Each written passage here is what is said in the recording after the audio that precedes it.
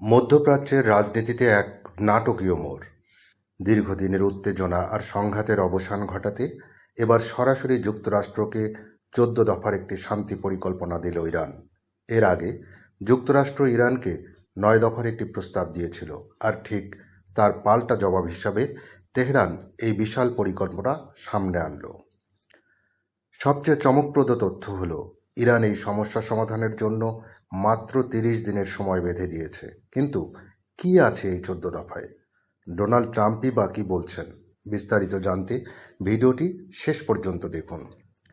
Al Jazeera এবং বিবিসির খবর অনুযায়ী ইরানের এই ১৪ দফা পরিকল্পনার মূল লক্ষ্য হল স্থায়ীভাবে যুদ্ধ বন্ধ করা। তেহরান স্পষ্ট জানিয়ে দিয়েছে, তারা আর যুদ্ধবিরতির মেয়াদ বাড়িয়ে সময় নষ্ট করতে চায় না। তারা চায় ১ মাসের মধ্যে সবকিছুর চূড়ান্ত সমাধান। এই পরিকল্পনার প্রধান শর্তগুলো হল, ইরানের উপর আরোপিত সব মার্কিন নিষেধাজ্ঞা এবং নৌ অবরোধ পুরোপুরি তুলে নিতে হবে।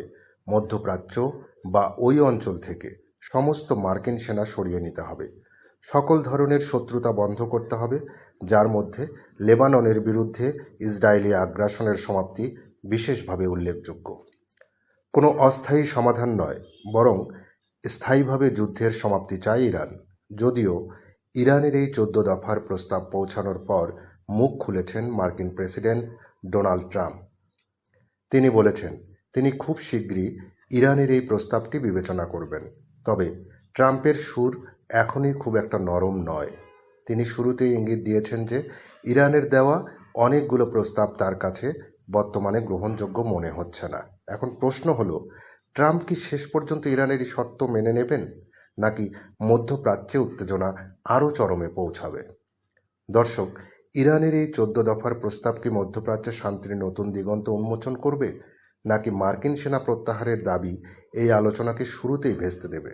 আপনার মূল্যবান মতামত কমেন্ট বক্সে অবশ্যই জানান। ভিডিওটি ভালো লাগলে লাইক দিন এবং আন্তর্জাতিক রাজনীতির এমন সব ব্রেকিং আপডেট পেতে আমাদের চ্যানেলটি সাবস্ক্রাইব করে বেল আইকনটি চেপে রাখুন। ধন্যবাদ।